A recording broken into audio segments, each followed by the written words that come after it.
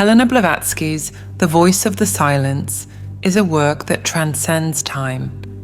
Published in 1889, it was written during her stay in the Himalayas and brings together spiritual teachings that, according to the author, come from ancient manuscripts preserved in Tibetan monasteries. The book isn't ordinary reading, it's an invitation to inner transformation. Its content isn't meant for the logical mind, but for intuition. It's brief, yet dense. Unlike practical manuals, it offers deep reflections on the spiritual path, the importance of inner silence, detachment from ego, and compassion as the key to liberation. For many, it's a spiritual shortcut, capable of provoking intense changes in those who are ready to hear what goes beyond words. This depth is precisely what sparks conspiracy theories around the work. Some claim it was deliberately undervalued, and that its true worth is hidden by elites who prefer to keep people away from liberating knowledge. The logic behind this is simple. An awakened individual, conscious of their inner power, isn't easily manipulated. Blavatsky, founder of the Theosophical Society, claimed to have contact with masters of the East, spiritual entities who would guide humanity's evolution. These kinds of claims always bothered power structures, especially because her teachings reinforce that we don't need intermediaries to access wisdom. True enlightenment comes from within. Among the most impactful passages, one stands out: "He who seeks liberation only for himself, ignoring the sufferings of the world, is unworthy of achieving it." This phrase sums up the essence of the spiritual path she proposed. Spiritual growth is inseparable from service to others. This contradicts the cult of individualism that dominates today's society. Another point frequently associated with the work is the awakening of higher consciousness, a theme linked to the activation of the pineal gland, the so-called third eye. Blavatsky didn't use this language, but her metaphors point to a perception beyond physical senses. Ancient cultures already saw the pineal as a spiritual portal. Today, independent researchers suggest that practices like meditation, conscious fasting, and toxin elimination help stimulate this energetic center. It's exactly this kind of knowledge that, according to some theorists, certain elites try to keep inaccessible, not through direct censorship, but through saturation with superficial information. What's profound is dismissed as too mystical. This way, transformative works become invisible to an audience addicted to distractions. Those who read carefully realize that the text's true purpose is to guide human beings back to their essence. It teaches that silence isn't the absence of sound, but the presence of consciousness. That compassion isn't a feeling, but action.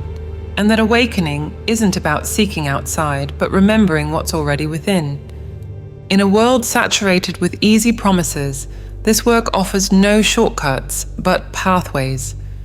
It doesn't bring ready answers, but provokes questions that matter. And maybe that's exactly what makes it so powerful and so ignored. If humanity's next leap is truly spiritual, understanding this type of teaching will be more urgent than ever. Because in the end, it's in silence that we hear the truth that liberates. And some say this truth, however simple it may seem, is still the greatest secret kept under lock and key. There are moments when the world's noise becomes deafening, not just the external racket of streets, networks, and other people's voices, but also that internal chatter that never seems to stop. Repetitive thoughts, automatic judgments, worries that feed off each other like flames in dry straw. In this whirlwind, a silent invitation emerges, almost imperceptible, but irresistible to those who've learned to listen. The call to turn inward, an invitation to silence, not just the absence of sounds, but the conscious presence of oneself. It's in this silent space, free from haste and judgment, that wisdom older than any book, more precise than any speech, dwells. A type of understanding that doesn't articulate in words, but reveals itself in sensations, in sudden insights, in a peace that needs no justification. This kind of wisdom isn't acquired, it's accessed, and for that, it's necessary to stop. Helena Blavatsky, one of the founders of the Theosophical Society and an influential voice in modern occultism, spoke about the importance of silencing the mind so the true self could manifest. According to her, the soul doesn't shout, it whispers, and to hear what's subtle, you need to create space, empty the cup.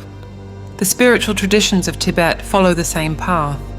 For the lamas, silence is a tool, a bridge between the visible and invisible worlds where thought isn't an obstacle, but a river to be observed from outside with serenity. In a world where productivity is confused with personal worth, stopping might seem like a waste of time. But what if it's exactly the opposite?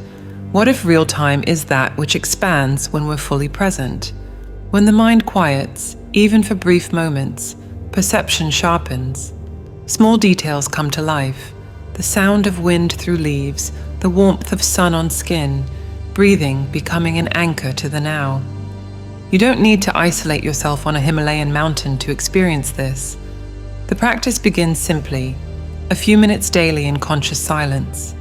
It could be upon waking, before cell phone notifications invade the mental field, or before sleeping as a reconnection ritual. The essential thing is just to observe, without trying to change anything. Thoughts will come, of course, but it's not about fighting them, rather seeing them pass by, like clouds in a vast sky. It's this passive yet attentive observation that begins to dissolve the power of the mental cage. This cage is formed by old beliefs, constant comparisons, repeated insecurities. And the more we feed it with ready-made answers, the less space we leave for the unknown, that fertile place where questions that really matter are born. Who am I beyond my stories? What do I truly desire when the noise quiets? What's my role in this vast fabric of existence? These questions don't ask for immediate answers. They don't want to be solved, they want to be lived. And living a question is opening oneself to the mystery that inhabits us. The German writer and mystic Hildegard of Bingen said that silence is God's language. Everything else is poor translation. Maybe that's why, in moments of true quietude, we feel an inexplicable connection with something greater, whether you're religious, spiritualist, or simply curious. To make this process more tangible, think of something practical. Once a week, replace a moment of endless scrolling on social media with 10 minutes of conscious silence. Sit comfortably, breathe deeply, and observe. If possible, keep a journal nearby. After the silence, jot down what you felt, what arose, even if it seems irrelevant. Over time, you'll begin to notice patterns, intuitions, small personal truths that were previously muffled. This state of presence also affects practical decisions. When we act from a calmer center, choices stop being reactive and become coherent with who we truly are. Clarity doesn't arise through effort, but as a reflection of a tranquil lake. And just as the moon only reflects in calm waters, life's deepest answers also only emerge when the mind surface is serene. Instead of seeking answers excessively outside yourself, try cultivating this internal space. The answer might not come in words, but in ways of feeling, perceiving, choosing. The inner world stops being nebulous terrain and transforms into a reliable map, capable of guiding important decisions with serenity and confidence. The journey towards spiritual awakening, in this sense, isn't a climb to an unreachable summit, but a return. A turning toward what was always there, but was being obscured by noise, urgencies, and daily masks. And the more you walk in this silence, the more you realize, awakening isn't an extraordinary event, but the rediscovery of the ordinary with new eyes. Perhaps deep down, silence was never absence, but rather presence in its purest state, an internal territory rarely visited, where there's no rush, no masks, no characters to maintain. A place where everything essential survives without explanation. And the more you return to this space, the stranger the world's noise becomes, not out of contempt, but by realizing how much it distracts from what really matters. In this silent recognition, a different restlessness is born, not one that consumes, but one that invites, to reconsider the rhythm, the quality of choices, and even the way you've been living each moment. Because there are questions that can only be understood when you stop trying to answer them, and that, by itself, changes everything. Facing fear, when done authentically, isn't an act of theatrical bravery, but a silent dive into the mirror of one's own soul. It's there, at the edges of consciousness, that fear reveals its true nature, not as an enemy from outside, but as a distorted reflection of parts of ourselves we haven't yet learned to accept. It's frequently the echo of old unresolved stories, a guardian of beliefs, trying to protect an identity built from insecurities, frustrations, and expectations that aren't really ours. Every hesitation before an important choice, every discomfort when expressing a personal truth, every attempt to mold ourselves to what others expect, all these are subtle forms of fear acting under the guise of prudence. They're glass walls surrounding us without our realizing it, limiting our steps in the name of false security. And the more we avoid looking at these barriers, the more they solidify. There's no more effective prison than one that seems like protection. But there's a turning point, the moment we decide to stop running, when we choose not to fight but simply to remain, to stay with what makes us uncomfortable, not as martyrs of pain but as observers of our own experience. This gesture, seemingly small, is actually one of the most revolutionary anyone can do for themselves. To remain silent, breathe deeply, and witness fear in its rawest expression. The tightness in the chest, the trembling in the hands, the knot rising up the throat.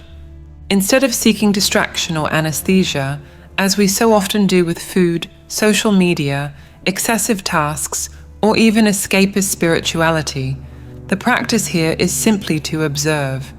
And it's precisely in this space of presence, without judgment, that internal monsters begin to lose strength. They show themselves for what they are, projections. Fears of rejection from childhood, imposed and accepted labels as absolute truths, images of failure that never materialized but paralyzed us in anticipation. Depth psychology, represented by names like Carl Jung, teaches that everything we avoid confronting becomes shadow. And the shadow, when ignored, controls us in invisible ways. But when illuminated by consciousness, it loses power. Fear, then, doesn't disappear as if by magic, but transforms. It becomes a teacher, a guide pointing to internal limits that still need to be crossed. True freedom isn't in not feeling fear, but in not being enslaved by it. It's being able to feel it, and even so, continue. Continue expressing yourself, positioning yourself, moving toward what makes sense for the soul. This is spiritual maturity, and it's also courage, not the absence of fear, but the decision to walk alongside it with eyes wide open. This path doesn't require great heroic feats. It begins with simple things, like saying no when you want to say no, like speaking a choking truth, even with a trembling voice, like accepting that it's okay to feel vulnerable, that there's no shame in admitting insecurities, in showing the cracks.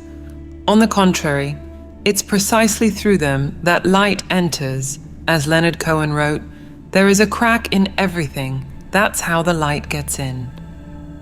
The practice of welcoming fear also involves naming what you feel. Instead of saying, "I'm afraid," try saying, "There's fear present in me." This small change in language creates a healthy distance between emotion and identity. It allows fear to be something transitory, not a permanent label, a visitor, not the owner of the house, And as you build this internal space of conscious observation, something subtle begins to change. The body responds more calmly. Reactions lose their urgency. The impulse to hide, to please everyone, to conform, gives way to a more integral, more centered posture. It's at this point that the human being begins to expand, not because they conquered their fears, but because they integrated them. They no longer define them. There's a curious detail. The closer someone gets to their essential truth, the more fears appear, not because something's wrong, but because the old is resisting the new. Fear, in this context, is a sign that something important is about to emerge. That's why it's not about eliminating emotions, but transforming the relationship with them. The inner journey isn't linear. It's made of cycles, turns, and returns. Sometimes you advance, other times you stagnate, and that's also part of it. What matters is the willingness to remain present, even when it would be easier to flee. It's this willingness that transforms fear from barrier to passage. And each time this happens, a new space opens within us, broader, lighter, truer. And just when you think you've seen everything there was to be revealed in the darkness, something unexpected manifests on the surface of consciousness. Not as a clear answer, but as a change in the quality of looking. And this change, silent and almost imperceptible, modifies the way you walk through the world. Renouncing, contrary to what's so often imagined, isn't giving up on life or abandoning one's dreams. It's not an act of denial, but of liberation. It's refusing, with wisdom and firmness, to be imprisoned by the urge to control everything, by the need to guarantee results, or by the compulsion to meet others' expectations. It's an act of silent courage that says, I trust. Trust here isn't passivity. It's lucid surrender, a state of presence born when you understand that incessant effort to make things happen doesn't guarantee fulfillment. Often, it only creates exhaustion. Life has its own rhythm, its intelligence that operates far beyond our planning. Just as bamboo spends long years growing downward, rooting in the invisible before breaking through soil and shooting toward the sky, we too need to learn to trust this silent process. There's a time to plant and a time to flourish. And conscious renunciation is the art of recognizing this dance without fighting against existence's tempo. Like trees that, in autumn, let their leaves fall without resistance, surrendering to the natural cycle of the season, we too can learn to release what no longer needs to be held. Rigid plans, perfectionism, or the idea that everything depends exclusively on our willpower. This understanding, so simple in theory, is challenging in practice. We're conditioned to measure our worth by how much we do, conquer, and show. But there's another kind of strength, one that springs from the center, not from effort. It doesn't impose itself, doesn't show off, it simply flows. And when you renounce excessive control, something aligns within us. The body relaxes, the mind clears, life responds. In Sanskrit, this active surrender is called sannyasa. It's not about abandoning the world or daily life's commitments, but freeing yourself from identification with results. The sage who practices sannyasa doesn't stop acting, but doesn't imprison themselves to the fruits of action. They plant with care, but don't anguish over the harvest. They live with purpose, but not with attachment. This attitude can be cultivated in small gestures. Taking a glass of water, for example, can be more than a mechanical habit. It can be a moment of presence. Pause. Feel the glass's weight in your hands. Observe light dancing in the liquid. Notice the temperature in contact with your lips. When you're present, the ordinary becomes extraordinary. Renunciation happens there, not as abandonment, but as detachment from automatism. By breathing consciously, even for a few seconds during the day, we gradually dissolve the impulse to seek outside what already dwells within. Renouncing, then, is like removing layers of noise that cover what's essential. The silence that remains isn't empty, it's fullness. It's in this space that creativity, intuition, and true expansive movement can flourish. Conscious renunciation also calls us to release roles we carry out of habit. The savior, the martyr, the absolute provider. Roles that often come from outside, from culture, from family, and that we accept as truths without questioning. When we disidentify from these masks, we begin to move not from obligation, but from choice. We act because it makes sense, not because it's expected. This shift in posture affects everything: how we work, how we relate, how we deal with time. Internal demands diminish, haste gives way to presence, and what once seemed like a burden begins to gain lightness. It's not that life becomes easy or free of challenges, but the way of facing it transforms. We stop rowing against the current and begin to navigate with it. A practical example of this is recognizing when we're trying too hard to maintain something that's already given what it had to give. It could be a project, a relationship, an old goal that no longer resonates. Conscious renunciation allows us to say, enough. Not with bitterness, but with gratitude. This enough isn't failure, it's wisdom in action.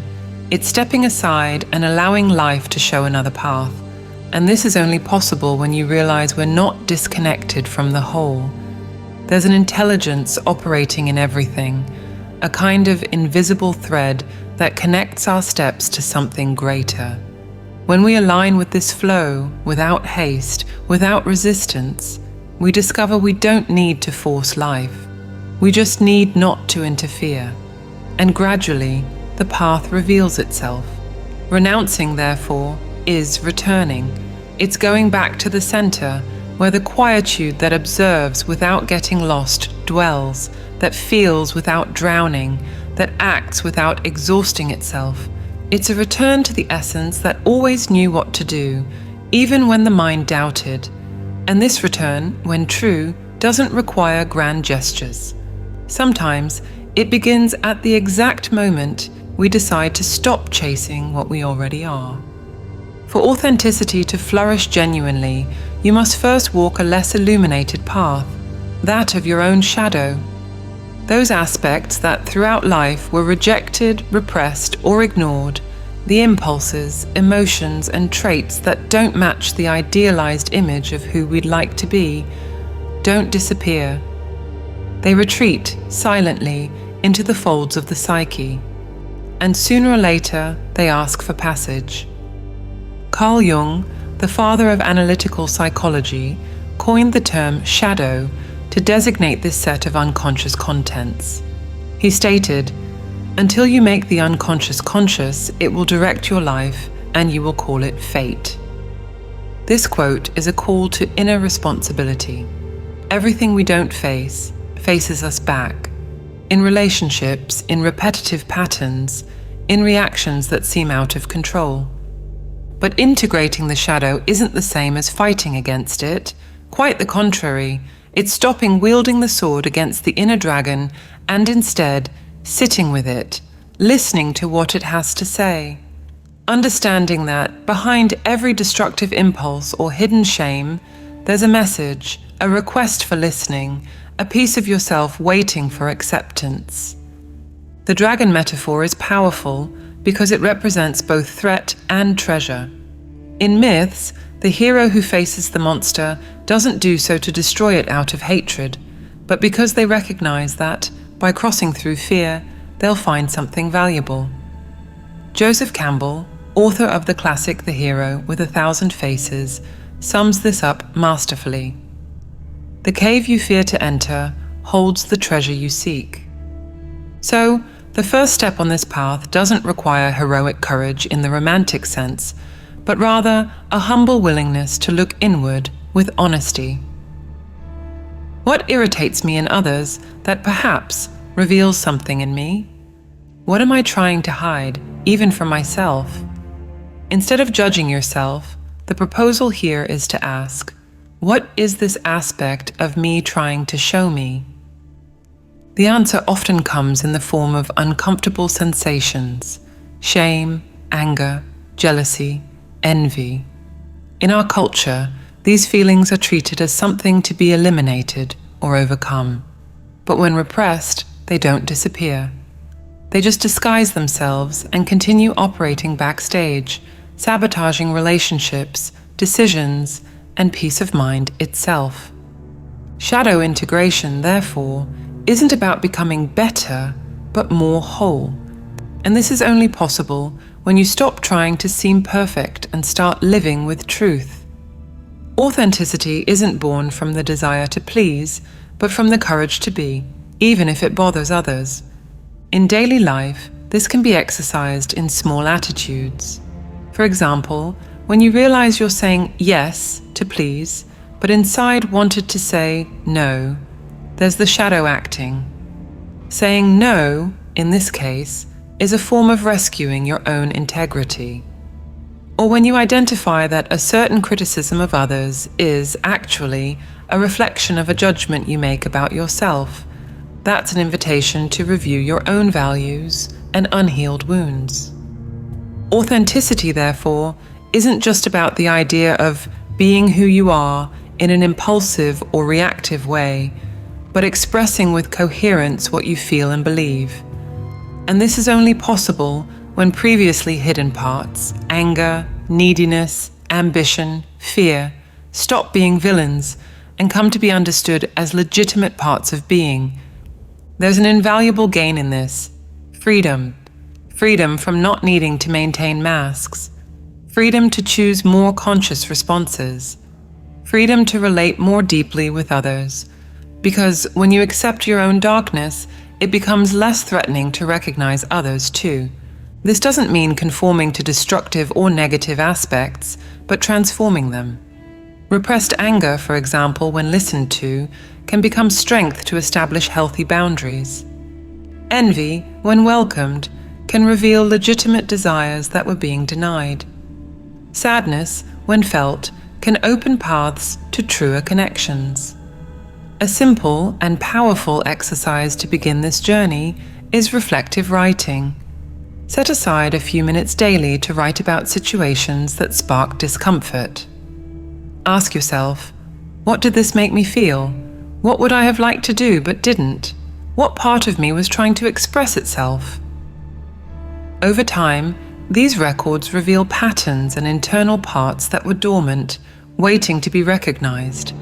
It's also useful to observe emotional triggers in daily life. They tend to be valuable clues of the shadow in action. Instead of repressing or justifying, look with curiosity. Why did this affect me so much? What story of mine was touched here?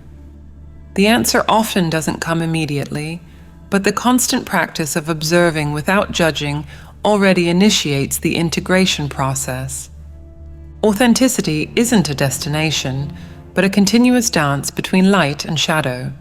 It's an ongoing dialogue between what you are and what's still to be discovered. And as more parts of being are recognized and integrated, it becomes more natural to live with truth, presence, and coherence. At this point, when you begin to understand the shadow not as enemy, but as guide, a new territory opens up. A space where spirituality allies with psychology and personal growth gains deeper roots. And it's precisely from there that a new question arises, perhaps even more intriguing.